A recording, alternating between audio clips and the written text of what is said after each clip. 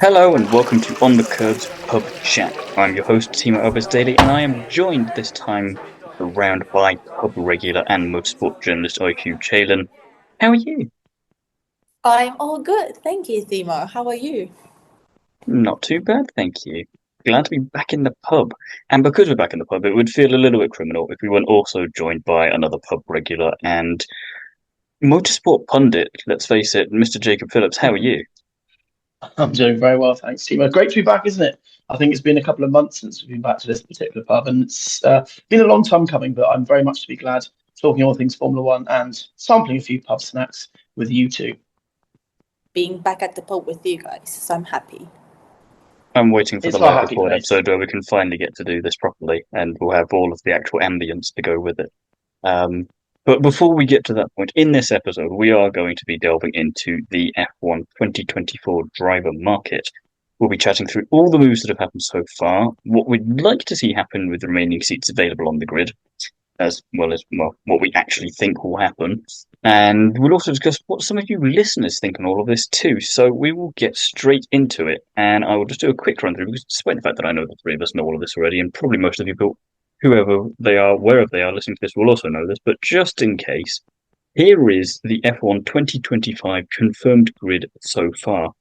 Mercedes, Drum we've roll. only got George Russell at the moment. Yes, drum roll indeed. Spoilers somehow if you've been living under a rock for the last 6 months. Ferrari is going to have Lewis Hamilton and Charles Leclerc. Red Bull is going to have Max Verstappen and Sergio Perez, but there's a little bit of an asterisk there that we'll get into later. Mm, McLaren will have Lando Norris and Oscar Piastri. Alpine currently just have Pierre Gasly. Aston Martin have Fernando Alonso and Lance Stroll. Haas have Ollie Behrman and Esteban Ocon. Sauber have Nico Hulkenberg. Visa Cash at RB have Yuki Tsunoda, and Williams have Carlos Sainz and Alex Albon. I know you both have thoughts on at least some of that, so who wants to jump in first? I would just like to say it still doesn't feel real looking at that Ferrari there. Lewis Hamilton to Ferrari. I mean, if you asked me this time last year, and me and Timo talk driver transfers and driver rumours pretty much all the time. But if you told me that Lewis Hamilton was going to be here this time last year, I wouldn't have believed you. And I don't think it's going to seem real, will it, until he sort of appears in preseason testing, wherever it's going to be, probably Bahrain, in a red car with red overalls. I don't know how you guys feel. Obviously, probably the same, but it's almost pinch yourself. So it's crazy. It's one of those things where you heard Eddie Jordan way back when saying, "Oh, Lewis will go to Ferrari," and you just put it down to Eddie Jordan being Eddie Jordan. He says a lot of things, and occasionally he's right, but it's kind of the statistics and probability are not generally in his favor, despite how many kind of fingers in pies that he has and how much he does know. And yet, when it happens, you're just kind of like you say, it's still not sunk in. And this happened back in what January, February time that this was announced, and I think we'll get to about this point next year. I don't know about you, Wahib, and then maybe it will have settled in. They're like, okay, this actually happened. This wasn't just a fever dream. No, it still feels like a fever dream for sure. Because as you guys said, it always feels like we have this Formula One rumors that pops up every once in a while. Hamilton to Ferrari has been one of them for the longest time. I still cannot believe that we're gonna see him in a red car in red overalls, but I'm so excited that this is happening. I feel like Ferrari have been collecting all of my favorite drivers as if they were like Pokemons. So I'm just so excited. I think it's gonna be good. I'm just curious to see how it's gonna be between him and Charles because like who's gonna be the second driver kind of situation, but I think well you know. yeah, let's see. I'm going to keep it with you for a second though, because Jacob, I know not everyone else will necessarily know that, but we've talked Haas to death in terms of what they've done decision wise. But you and I have not chatted too much about this, like you. Ollie Behrman, I'm all for. I like that we're bringing in a rookie because we haven't Yeah. had one this year. I think for the first time in a very long time, if not ever. And Esteban Ocon's going to be teammate.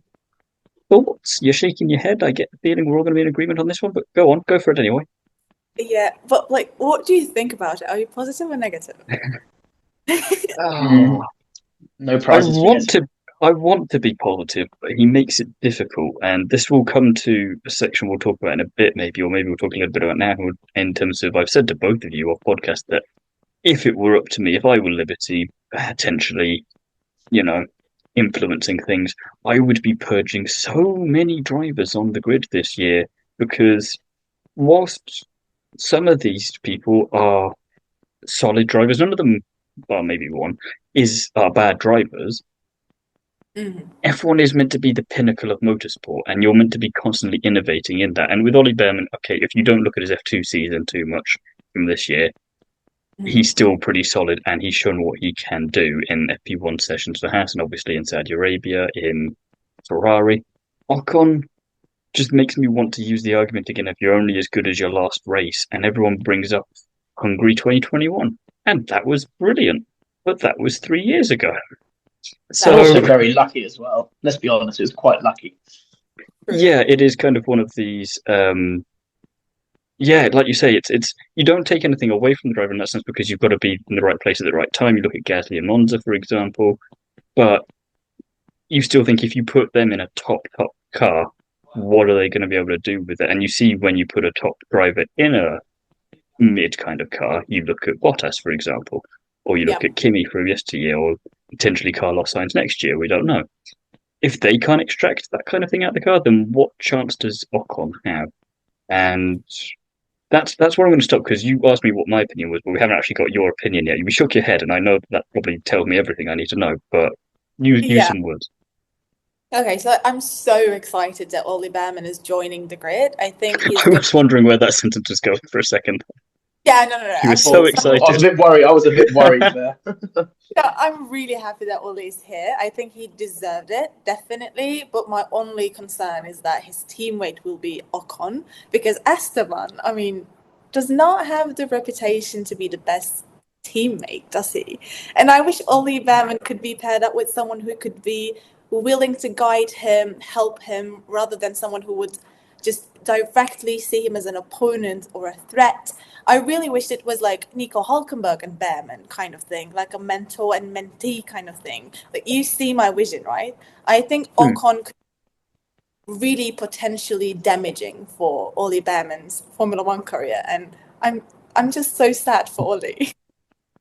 I think this is something you and I talked about, Jacob, was that we thought that when Hulkenberg announced he was going to go off and essentially join Audi, that Magnussen would stay to keep that consistency for at least a year, and then they'd grab someone else experienced just to ease that transition over. And that would have seemed sensible at any other time. But Haas are also doing really well this year. And you worry that they're not going to be able to capitalize on that next year because they'll have two brand new drivers and they've got to kind of start from scratch in a way where you've got a rookie who, admittedly, impressive, but rookie mistakes can happen. You saw it with Piastri last year. There were moments, even he's not bulletproof. And like you say, he's a character. And again, possibly a nice enough guy off track, but you don't really care about that when you're us three. You want the best people for it, and that's why there's drivers on this list of confirmed people for next year so far, and people that aren't, that you're looking at them going, I can understand it, but and with the exception, Jacob, of Lance Stroll, because we don't need to bother with going over that in particular. No, I'm not again. Is there anyone else that you're excited is staying, has moved somewhere else, or are you disappointed by any of the moves that have happened so far? We do talk about it quite a lot, Thiemo. And Thiemo, I know you mentioned the purge aspect of F1. I think I'd agree with you and say we'd purge quite a few of those drivers. I don't think we have the time to talk about it tonight. Esteban probably was top of my list, actually, to one that I was disappointed. It just doesn't excite me. He hasn't really ever excited me, barring the win, but that's, again, only because it was something different. He's clumsy. He's costly in terms of mistakes. I think his damage bill is pretty high this season, as it has been for the last few seasons. I don't think it's the best mentor, as you said there, for Ollie Behrman. So he's definitely on that list for me. Obviously, Lance Stroll, but again, we weren't going to kid ourselves there. He was always going to be self-explanatory. Yeah. No one I'm really disappointed with. I'm quite looking forward now. Now I'm on board with the whole Carlos Sainz thing. I think that's going to be quite interesting. They do seem to be making a few moves down there. I know this season has not been the best. In fact, I'd be quite honest and say they've probably taken a step backwards, but They've got the right people in place. James Vowles, I think, knows what he's doing. And Carlos Sainz as well had pretty much the pick of the grid. Yes, okay, he was waiting for a Mercedes and a Red Bull seat, and that didn't materialize. But he also had a works team, or potentially not now, a works team in Alpine, and a works team in Audi, who are coming to the grid with apparent excitement, although there's a few question marks there. And you think going forward, that would be the best option. So it says quite a lot about Williams and Sainz. So I think that's going to be quite interesting. And it's going to be good to see that name going forward with a name like Sainz. And to me, that's one of the best lineups on the grid, certainly towards the end of the field. So Sainz and Albon, I mean, I'm looking forward to that. I'm That's gonna also I'm gonna skip. Vowles thing. Have you seen his statement? He's like, these two is gonna put fear into others or something. Mhm. Yeah, it's gonna be like when they pull up alongside you, you're gonna be worried about it, and it's now his responsibility to make sure that they have the car to deliver that, because we've seen what they are both capable of in good machinery and less good machinery at the same time. I mean, Albon in particular, look at Australia last year or the year before, whenever he did his one last lap 22. wonder. Yeah, 22, because 2 years 23 ago. was, we don't talk Yeah. about 23. But yeah, it's an exciting prospect. I'm going to skip ahead slightly because okay, you had someone comment to you from the audience with a question specifically about Carlos and Williams and that whole discussion there. So whilst we've got you, Jacob, you can answer that question for us when if you want to read that one out.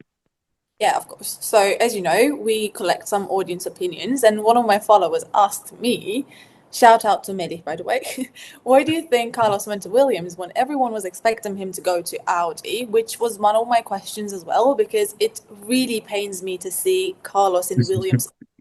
I might have shed a tear or two when I first saw the announcement. So, I'm just really curious to hear your takes about this situation. Okay. I think it comes down to a few things. Certainly, as I said before, that the Audi should be the best option for him. It's going to be a works team, which means obviously they have their own engine, they have jurisdiction over several parts of the factory. They can go about it their own way. Yes, of course, they've got to sort of go about it the Sauber way for a few years. Of course, they're not coming in as we wanted Andretti to have as a new team. They're coming in as a buyout essentially. So they've got the factory, the personnel. But the name is synonymous with motorsport. It's won many championships across various things. It's never been in F1 as Audi.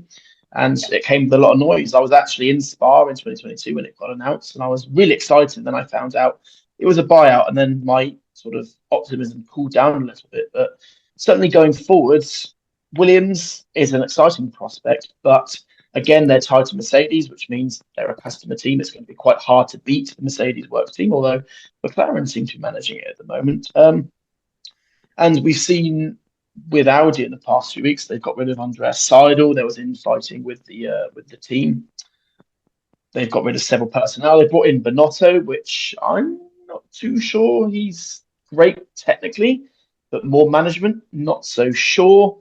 They've got Jonathan Wheatley, who is probably their best asset, I would say, at the moment, and or going forward for 26. And I think that's why potentially the volatility around Audi, which to me, and me and Thiemo have talked about it at length, actually, it's not good signs for Audi going forward. If someone like Sainz has gone, nah, you're right, mate, I'm not too interested in you. So yeah, I think it's just the whole volatility around Audi, which for me at the moment is a lukewarm project at best. The two things I want to add on to that immediately, just because before I forget them, is that you're saying about Sainz being he had the pick of the teams essentially. All the other drivers that are up for contract renewals were all essentially waiting for him to pull the trigger, which on the one hand makes you think that he's just the biggest fish, so they dare not go against whatever he would like. However, were they maybe just hoping that he would go to Audi so that they didn't have to, because they also don't necessarily like the look of what's going on over there?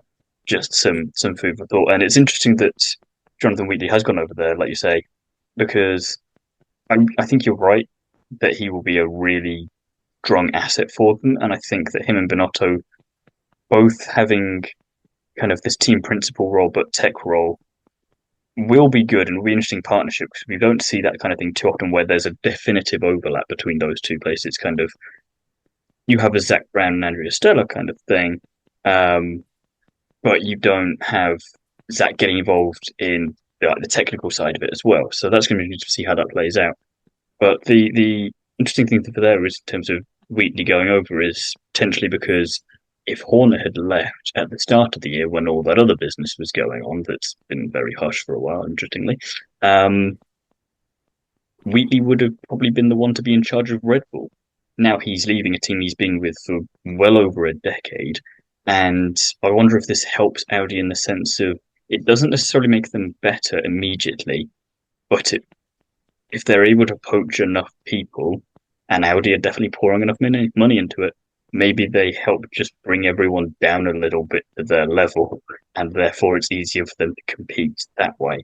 It'd be interesting to see if any of that comes to fruition at all, or if I'm just talking out of my arse, as I can do very, very well.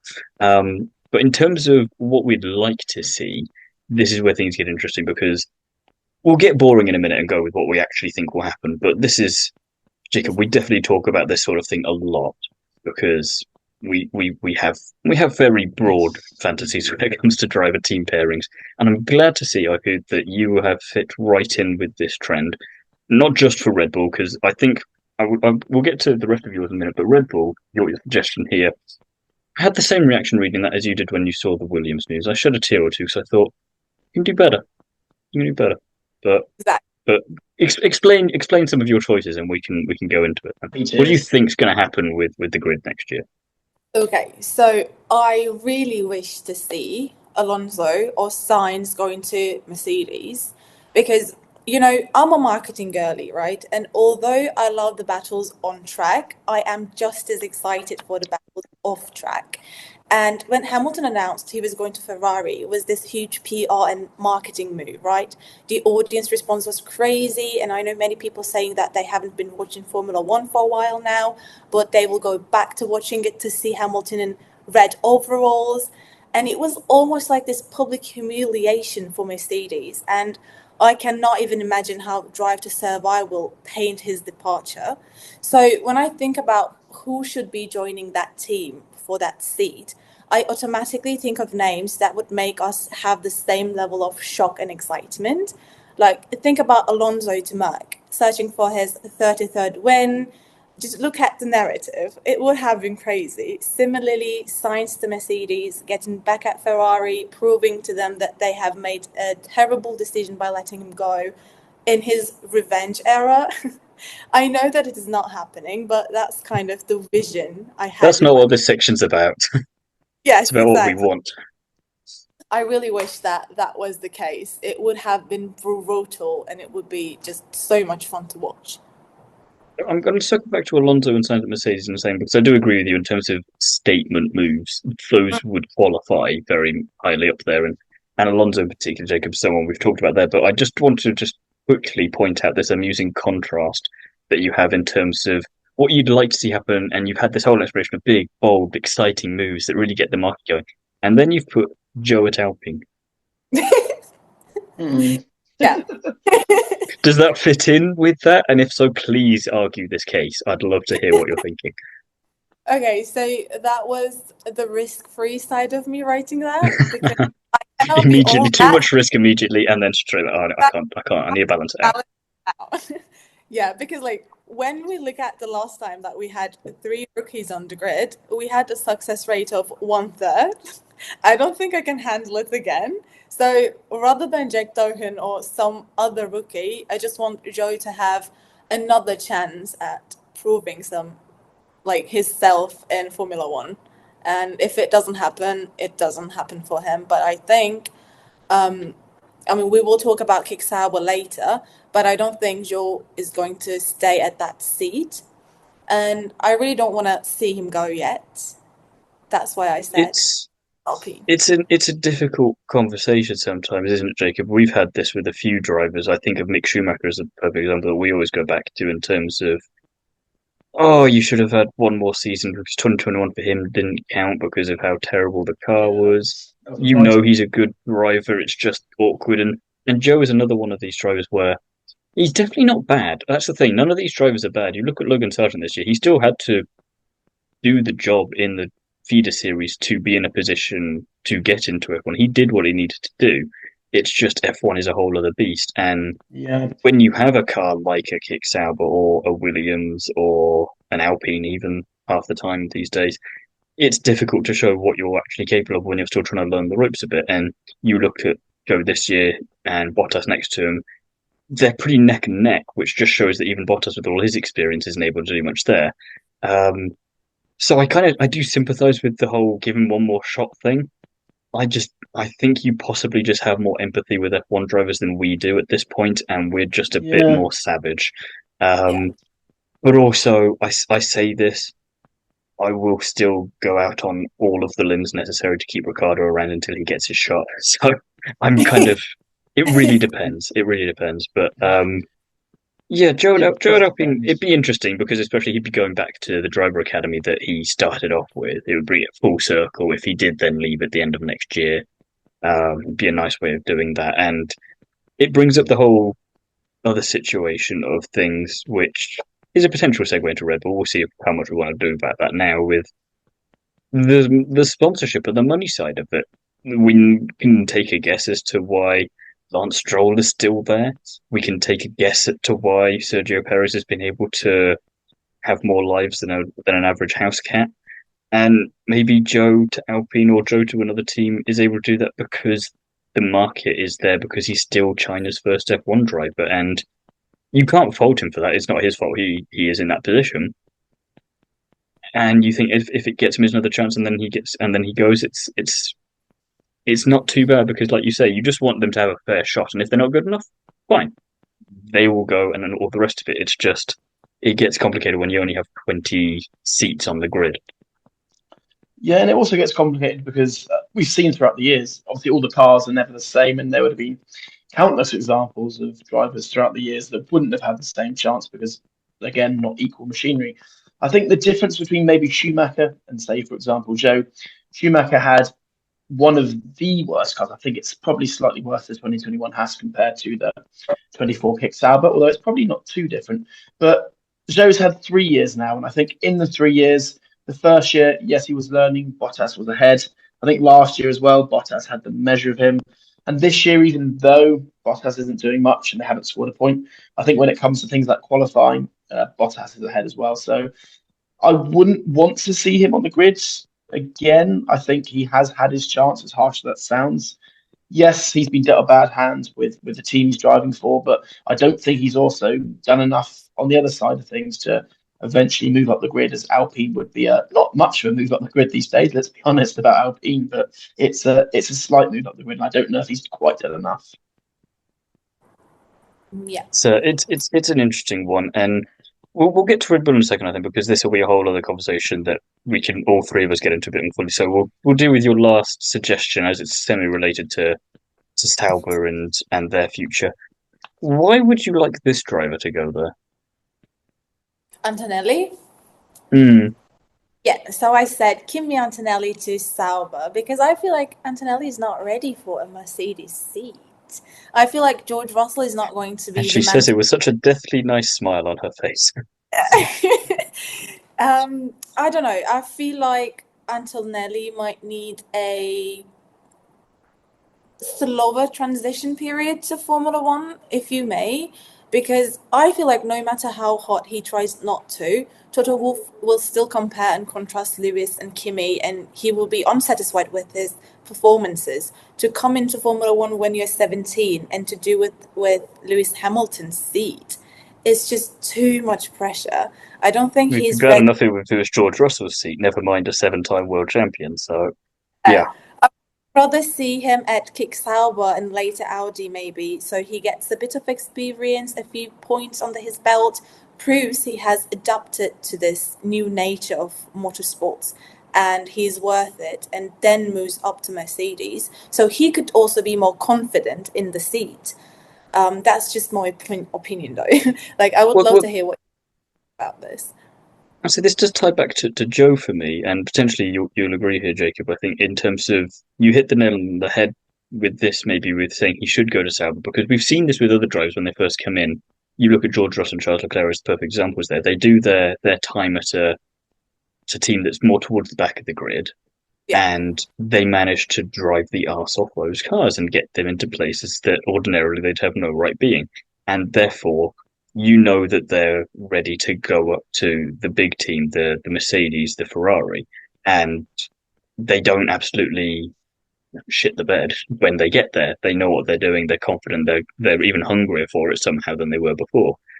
Whereas some of the time when we've seen drivers go straight in, you look at Gasly potentially, Albon more so when they've gone up to Red Bull. The pressure has been immense, and that was just by being a teammate to someone like Max. Never mind trying to replace someone like him. So, not a bad idea, I suppose. I suppose it was just because it was Sauber that it was surprised me a little. But I suppose the Williams door is shut unless you get your dream wish of Sainz going to Mercedes, in which case everything's fair game. It's not a bad idea at all. But I think to go back to what I was saying about Joe and a few of these other drivers, Jacob, it kind of proves that maybe they've had their time because they've been in those teams and they've not had one or two flash in the pan results to deserve that next team further up the grid. And that's the thing, you mentioned Russell and Leclerc there. They were in cars that were famously not very good, especially Russell's in the Mercedes. And they had a couple of results you think of, although it was rained off, and those results stood. Spa 2021 in the qualifying. George Russell qualified in second place, got his first podium actually at the Williams team. Leclerc got many top 7 finishes when Marcus Ericsson was way down the grid in the same Sauber. So it can be done. And Joe, for me, hasn't had a standout result I can think of. Logan Sargent certainly hasn't. So there are arguments that, well, you can still get, although not wins and podiums, you can still get those eye-catching results in these teams. I actually don't think that suggestion of Antonelli to Sauber is the worst thing I've heard. Personally, and I think we'll come on to it maybe a little bit later, I think that maybe one more season in F2 will benefit him. And that's because the tides changed at Mercedes. If you think back to when it was all sort of rumoured that Antonelli would come in around sort of April and May time, Mercedes were in the doldrums, 4th place in the standings, although they still are. They still weren't anywhere near a race win. They still weren't anywhere near a pole position, and they weren't even really getting podiums. And we're in a different sort of era now of Mercedes, if you like, and it's only been 2 months on that they've won 3 Grand Prix, 2 pole positions, and they're now looking like they can take it to the Red Bull and the McLaren. And that pressure now from what was in May, he would have come in next year and there would have been no pressure on his shoulders, to going into a race-winning car that could be up there potentially challenging for a title. So, yeah, if he sinks, then you've got to think that where does he go from there? So it wouldn't hurt, I don't think, putting him in a lower team, because I think once we get to the new regulations in 2026, 2027, the Mercedes won't be a bad car at all because of engine changes. So we'll see. But there's going to be increased pressure. He's very young. His season hasn't been the best, I don't think, in F2. I know there's been some rumours of setup problems at Prema. How much of that is true, I don't know. He's looked better than Behrman, but he's not done quite enough to warrant a Mercedes seat, I don't think. I think the last thing I'll say on that before we move on a little bit is the fact as well that everyone is always looking for the next Verstappen, but no one really considers the what if of Verstappen hadn't been able to succeed as quickly as he did. What happens if you bring in Antonelli? He has kind of a similar season to what he's had this year, Jacob, in Formula 2 so far, but it's not setting the world on fire because of the expectations that are fostered to him. And you think, yeah, he's still, like, if you take away everything, he's 17 years old and he's doing a really good job in F2. But because he's got all of this hype around him, you can't help but feel like you have to hold him to a higher standard. And if he doesn't hit that, then regardless of anything else, you're potentially mentally destroying child still. Let's face it. Yes. And you could have done the same to Verstappen if he wasn't able to do that. And you think the kid's only just going to turn 18 soon. This time next year, so I'm going to be 19. So before he's 20, you've potentially broken him and made a therapist somewhere very happy because he or she's sorted for life. And you just think, or you get in an Alonso or a Sainz or someone for a year or two, put him in F2 for another year, have a reserve driver role, really learn the ropes that way, and then do it. And I don't see why there's that need to take such big risks when, for the team, yeah, it works out. For the driver, it could work out. But what if it doesn't quite go wrong? quite right, sorry. The team will be fine. There's always going to be another driver who wants to get in an F1 seat. I mean, you'll see them fighting over whichever one is the last one on there. Probably Alpine, let's face it. And you're like, yeah, who's going? Who? It just shows that it's still an F1 seat, regardless of where it is. Whereas if you're Antonelli and you're shattered, you're just shattered. You're like, well, where the hell do I go from here?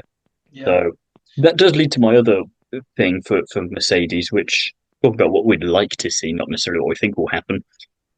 Vettel at Mercedes for a year or two, anyone? I wouldn't say no. I'll put it that way. I think it would be a great comeback story.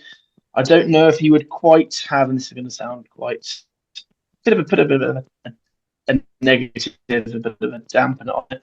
I don't know if he'd quite have the same racecraft as he had back in his early Ferrari days and Red Bull days, but I'll put it to you like this: it'll be like Schumacher when he pick up came the into odd Mercedes when he came back. You know, it's not the same as before, but he'll maybe get a few better results than Michael did when he came back. And you know, he likes to follow in Michael's footsteps in that regard. So maybe he just tries to push his legacy up a little bit. I certainly wouldn't say no.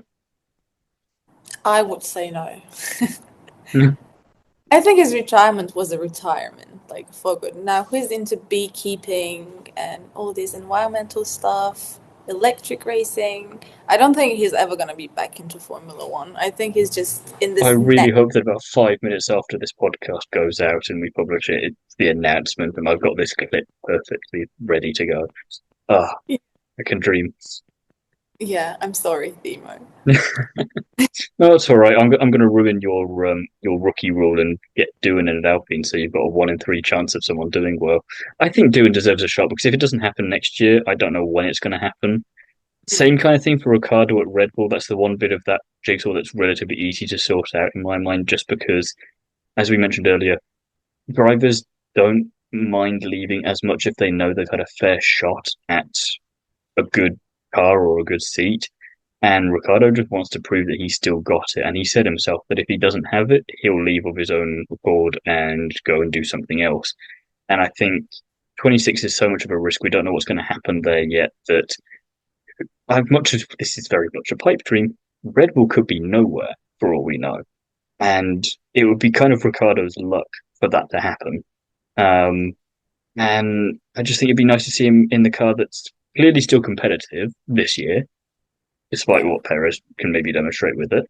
And maybe, again, say, even if it's just 2 or 3 wins spread throughout the year, it would just be nice.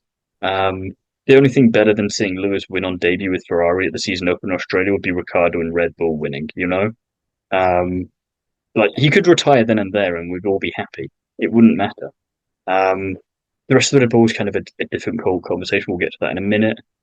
K-Mag at Kick Sauber I'd quite like to see, though, just because it would be hilarious considering he'd be back with Hulk. You've had this whole frenemies Yeah, thing for so many years, and then they finally have this lovely bromance, and then he goes, I'll just come with you. Because he seems to give off the impression that he's not done completely, which is interesting because I don't know where else he would go. But if it's not him, then again, just for the sake of having a rookie or someone who deserves it from yesteryear, get whoever wins the F2 title this year in that car so that we can actually get a champion going straight from winning F2 into F1 and not the runner up. Or get Teo Porchero or Felipe Drogovic in there and just, again, give them the chance. I know it's maybe not the chance they would want, but it's an F1 seat. They can use it and take it from there.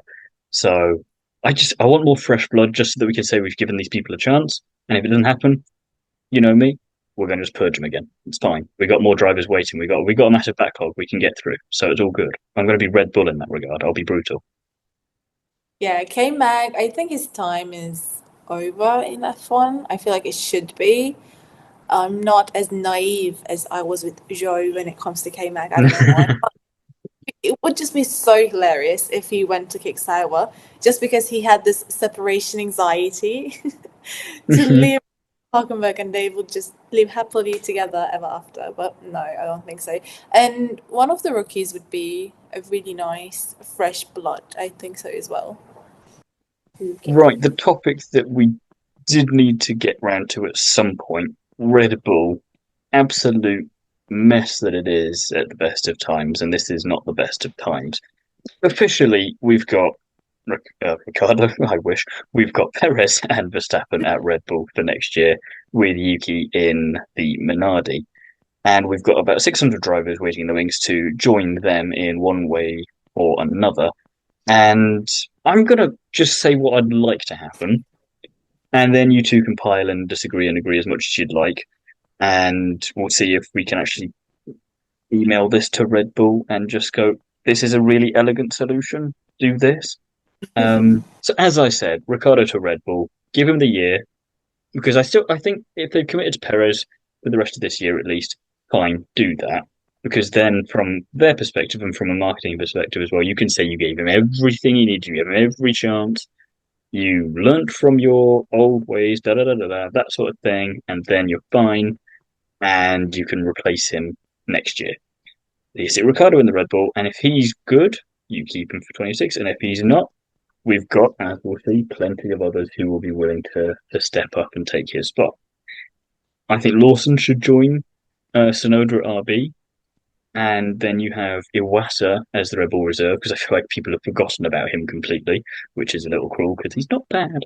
And then, purely from a logical point of view, Hadjar as the RB reserve, because he is doing well in Formula 2 at the moment. It's his title to lose, and let's face it, if he wins the title based on previous years, he's not going to get into F1. So at least make him a reserve driver and give him some seat time somewhere else. And then, like you say, if Perez goes off to IndyCar or he goes somewhere else, Ricardo, he can follow suit if he's not doing as well as he wants to. Lawson or Tsunoda, you've got a year then to match them up. You've got Lawson with his raw kind of ability up against Tsunoda's experience at that point. You can see which one of them deserves the Red Bull seat more. You replace whichever one of them leaves with whichever one of the other two reserve drivers impresses you most in the FP1 sessions and test sessions. And by that point, or for 26, you've potentially got Arvid Lindblad, who's in F3 at the moment and doing a pretty impressive job there. He'll be in F2. He'll be nearly in F1. You've got your house in order, and you've still got a couple of other rookies around the place like Tim Tramnitz, who, if you've somehow run through all of these drivers in 2 years straight, you've got someone else you can go with. And as we've seen with Perez a few years ago, you can always look outside if you really have to. What do we think, and what would you two do differently, if anything? It's a hard one, and me and Thiemo have talked at length about Red Bull, and I think there's a We video could do our on own this channel podcast that on you can go that. back and watch. Yes, so that'd be a great idea. I don't think anyone's ever thought of that before. I'm always quite reluctant to talk about Red Bull these days, in fear of contradicting what I said about a year ago, what we think would happen, and I think half of it's already been blown out the water. So it's interesting to see what will happen going forward. It depends what happens with Perez. I think that he'll get the rest of the year. There's a certain Grand Prix in October that they daren't get rid of him for, I think, because of, again, sponsorship money. Yeah, so Perez potentially stays because you've got the Mexican Grand Prix. That's good marketing for them, and you can see why that would be appealing. But it's kind of mad, isn't it? That the amount of money and the amount of Red Bull itself that you can sell in Mexico is enough to justify keeping him. And you think, look at the difference between P1 and P2 in the constructors' standings. Is Perez bringing in more money than the difference between the two? Because if he's not, surely you'd risk it with another driver to go, well, we'll just go and get the more money we can get by finishing P1 rather than risking and having a few million less, which we can't, because every bit counts now in this cost cap era. So it is like you say, Jacob. It's a tricky one to try and balance that out. Is there anything else elsewhere on the grid just before we get too more deep into Red Bull potentially when we think what will actually happen?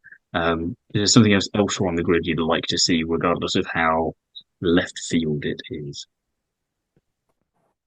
No, I'm all good to go. In terms then of the reality of things, of what we actually think will happen. Okay, we'll go back to you. You want to run through your list in short form, and then we can pick it apart if we need to, even though it's probably just going to be accurate anyway. Yeah, so I think Antonelli will go to Mercedes. Jack Doohan will go to Alpine. I don't have any comments on Red Bull. because I genuinely have no idea. If it were up to me, I would go to Red Bull myself. I don't think anybody's fit for that second seat. I have no idea. I think Danny Rick will remain in RB because I feel like they are not ready to give up on his marketing value and all the sponsorship money yet. And Bottas will remain at Kick Sauber because I'm also not ready to say goodbye to his mullet, and I'm happy with that decision. I think this is the bit that gets at us, Jacob, in particular, is we understand marketing, we understand the appeal of it, and money's a big part of it. But why is it enough to keep drivers that don't necessarily deserve to be there? Like, if he didn't have his mullet, would you want him to stay, Öykü? You know? It's the mullet and also his calendar. So Well, we don't need to know about that because we know exactly why you're saying that. But, well, not but I said that one for myself. I didn't realize. However, yeah, I think could you not have Bottas as a brand ambassador for the team in some way, maybe instead? You know, he's kind of like Ricardo was for Red Bull at the start of last year. yeah, For yeah, Red Bull, there it's kind of he does all this fun stuff, and maybe Bottas goes off and does some racing in some other categories here, or he tries his hand. But like you say, the marketing weirdly is the best thing going for Kick at the moment, aside from their livery, and because we're not getting that's anything great. on track. Well, The only exactly, and it's kind of I appreciate that you can nail something at least. It's just a shame it's not what you're actually here to do. So yeah, maybe Yeah. you keep that good element of it, and you use that in the right way, but you then don't forget that you're actually meant to be fast at driving cars. Um, and I but I think think Bottas that's would love to have a good car than good hair, but this is what he has at the moment. But Mm, yeah, not too sure. I think I'm it not too depends sure on what what he your hair prefers, mate. preferences are there, but Yeah, other hairstyles are available. Bottas. Uh, Me and Thiemo have spoken at length about this as well, as we have most of the subjects from here, and I'm gonna we, I start think, taking agree. shots every time you say that. Yeah, we do. Well, I don't need any more shots than that. We are in the pub, but I think I'm just sticking to pints tonight, Thiemo. But thanks for the offer. Um, Bottas, I think, is done in Formula One. He's had a very successful career as a number two at Mercedes. He's a race winner. He's got 20 pole positions, multiple podiums, had a great breakout year or two at Williams. We put them back on the map. But he doesn't really add anything, and that's what it does to me. Does he add anything to the grid? Not really. I know his hair looks fantastic, and he's sort of a token Australian, if you like, and they're all great things. But I'm here to watch racing, so for me, Bottas doesn't offer anything else. He's potentially seat blocking for someone else coming in who might be a rookie. For example, I know Bortoletto has been rumoured to that seat, and actually, I wouldn't mind seeing Bortoletto around as well, but as a conversation for another day. But yeah, marketing only goes so far. I understand it with Perez as well, with Ricardo to some extent, but do I agree with it? No. You're there to race. It should be, based on meritocracy, the best drivers get the best seats, so on and so forth. And yes, I understand he's selling calendars. Not that I have one myself, but I know a lot of people do love the calendars, so fair play on that. But I wouldn't hire him again. But there's no reason why he can't be, like I say, the Australian Melbourne Grand Prix ambassador, or he can wave the checkered flag at Melbourne, or he can go and drive rally cars. And I think rallying would suit him actually. But I'm going off at a tangent here. But yeah, I wouldn't keep Bottas around. I mean, yeah. if you want a quick tangent, I wouldn't mind seeing Bottas and Magnussen team up for a NASCAR kind of a few races there because I feel like there's enough wheel banging, door bashing, liberal interpretation of things in that series to really appeal to them. I agree with you though, Öykü. I think Antonelli to Mercedes is probably going to happen. As much as it would be a really fun, ballsy statement for Alonso to go, start it, this isn't working again. But let's try it one more time. We'll go to Mercedes. So I think as much as he wants that third title, if he could just get that win at this point, he would be satisfied. Yeah. And they're in a place where they could do it. And again, so everything's still up in the air for 26. You don't know what's what. Doing, I think we'll go to Alpine. I'd like that, but I could weirdly see Bottas somehow ending up there. Could Yeah, be. Yeah, I see the potential there, I think. yeah, it's like we were saying about Ocon earlier. It's one of these cases where you, as good as your last race, but your history does give you some more wiggle room, and you see that with Ricardo. He's a multiple Grand Prix winner. He is the only driver to be able to take it to Max in his own machinery so far. And admittedly, it wasn't Max that we know now. It was Max when he was starting, but still, you've still got to do it. And Bottas somewhat has that in terms of when he was at Mercedes. I think Perez probably stay at Red Bull for next year if things can. If he doesn't compromise himself too much, then yeah, I reckon he can stay. Lawson then at RB because he deserves that shot, and Ricardo then might end up Big out if, in the Thiemo. cold. Very big if, I think. Oh, I know. It's kind of like Öykü saying Vettel's not coming back. I'm just kind of having to hope for the best that I'm not proven immediately wrong here. But if Ricardo is out in the cold, there is an outside chance of Mercedes, maybe. I know that's definitely more fitting in the what I want to see happen than what I think will happen category.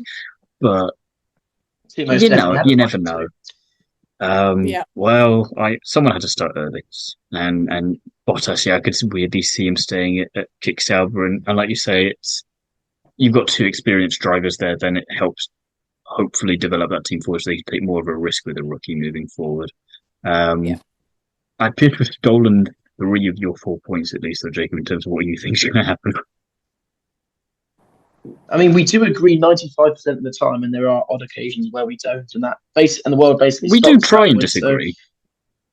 I know it's not that I'm lazy and I just don't bother to write my own notes. It's that we do actually agree quite a lot of the time, and there's not much else that I can disagree with you there because, well, we're just talking sense, I guess, or we're pessimistic in the fact that we don't want Bottas to go to or stay at Kick Sauber. So I think we're just echoing what we normally talk about, but that's what I think will happen as well. I can't see anyone else but Mercedes at this point. I think that, well, there is something actually I will add into this. This might go off on a bit of a tangent again, but there is the whole. I know we've talked about it before, and it has been rumoured for a little while. But Jonathan Wheatley's now left Red Bull. Is there a chance that we see Max Verstappen at Mercedes for next year? Well, I'm glad you reminded me of this actually, because I saw a thing earlier about Adrian Newey apparently getting close or having signed the deal to go to Aston Martin, and we'll find out in September. And I never like to talk about rumours too much because they just we hate frustrate me rumours. so. But as you mentioned, Verstappen there, it's this idea of maybe he sticks with Red Bull for next year and then goes off to Aston Martin for 26 because he knows that Newey's had a chance to do something then.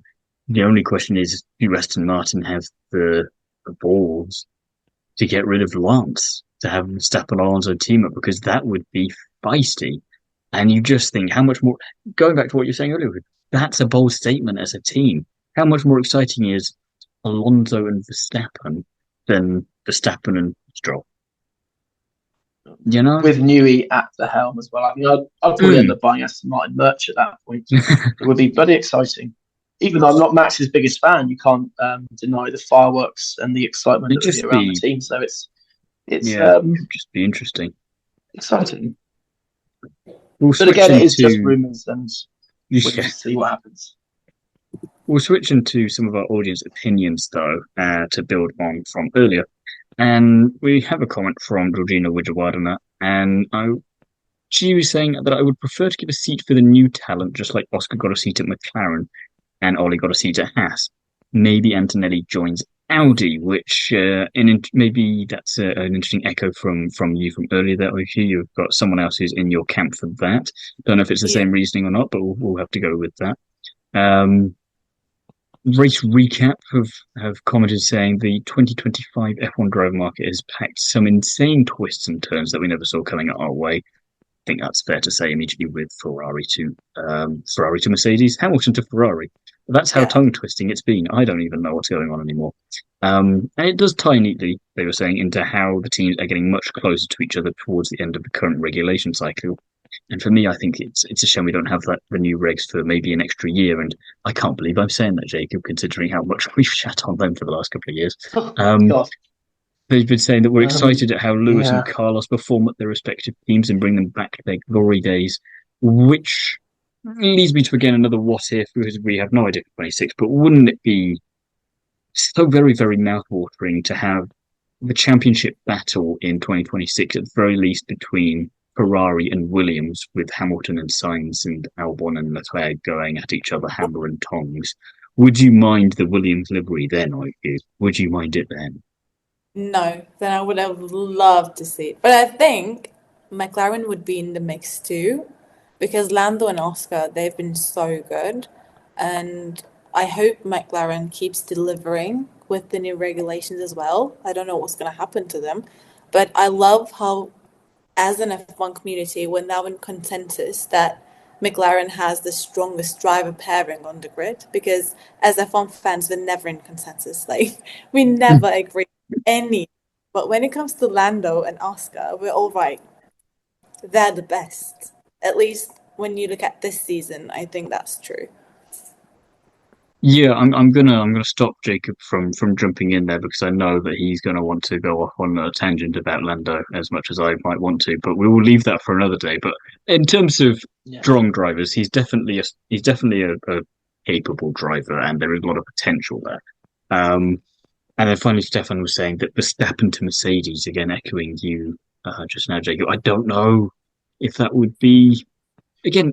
It's It not brings it back to Antonelli, on the doesn't it? Because realms of how long do possibility. you wait to bring him in? You're not going to get Verstappen on a 1 year deal Yeah. unless he likes the idea of Newey at Aston Uh, Martin and he wants to go there. You know, but then what do you think? if Do Toto you Wolff, stick 1 more year with the team that you've grown up with, or do you go to what was your mortal enemy before you go back to your third father figure in Adrian Newey Yeah. over there? if Toto Wolff had the opp- if Toto Wolff had the opportunity to sign Verstappen now, I think he'd forget about Kimi Antonelli, to be honest. Or they would get Verstappen in, and then George Russell would be facing the chopping block. Can you believe I'm saying that after the season he's having? But I think that any team on the grid would snap at the chance of having Verstappen, and that would include being at the expense of Antonelli. So I don't know if it's going to happen. I don't think it will. But again, I think at some point in the not too distant future, we will see Verstappen at Mercedes. Or then obviously the Aston Martin question comes into play depending on the Adrian Newey news. But he's not going to be at Red Bull forever unless he decides to go 24-hour racing, sim racing. We'll see. But Well, Stefan, I do think that there is a slight chance of it happening. you saying about Russell potentially being the chopping block there. It did make me think and this is a very far-flung scenario that is almost certainly not going to happen, but somehow Verstappen ends up going there. Russell is the one on the line, and Mercedes decides we're going to go radical here. We'll stick Antonelli in there, and then per your somewhat suggestion earlier, Öykü, of Antonelli to Sauber, George Russell ended up in the Audi, going, "How the hell did I end up here? What's happened? Why am I driving this? Why is Hulkenberg next to me? Where am I right now? Someone pinch me? Can I wake up, please?" You're in 18th place, George. Oh no, it's just the meme again of, oh shit, here we go again. Out in Q1. Oh no. Do we have any final points that we want to bring up before we bring this particular pub chat episode to a close? Not No. really, although we do like to think that we're going to be right. But based on the silly season this year, since Hamilton decided to make the switch to Ferrari, I'm not sure any of our predictions will come true. So it'll be interesting to keep across the news for the next 2 weeks or so before we get to Zandvoort. I'm expecting a few more announcements very soon, I think. So it'll be interesting to see if we're correct. Borrow a Yeah. phrase from a show that was somewhat popular a few years ago. We are what you could call ambitious but rubbish when it comes to predictions. We should all get 1 point each true prediction that we've had. Well, I Thiemo would hate to break this to you. I think we might be getting wacky of minus points. Yeah, but that's okay. Yeah, I don't mind that. no, all I'll say to that is that when I'm co-hosting the Undercut podcast on there and the predictions that I make there at the moment, I have been going purposefully wacky with predictions. This does factor into it, but I think I've still yet to reach double points, and we do about four. Hang on, one. We do about 6 predictions per Grand Prix, and I've yet to hit double figures on points this year. So I think it shows you how lucky I'm going to be in this regard. Yeah, I think loser buys the next round. So Thiemo, drinks are on you, buddy. Oh Yep. dear. On that note, it's definitely all we've got time for on this edition of On the Kerbs Pub Chat. If you want more from us in the meantime, details of where to find Öykü, Jacob, and I will be in the description of this episode. So do go and check that out. And do also let us know all of your thoughts on the F1 2024 driver market in the comments wherever you're listening to this. Thank you very much for listening. We'll be back soon for another round. And until then, Öykü, Jacob, shall we get another drink? Yes. Let's go.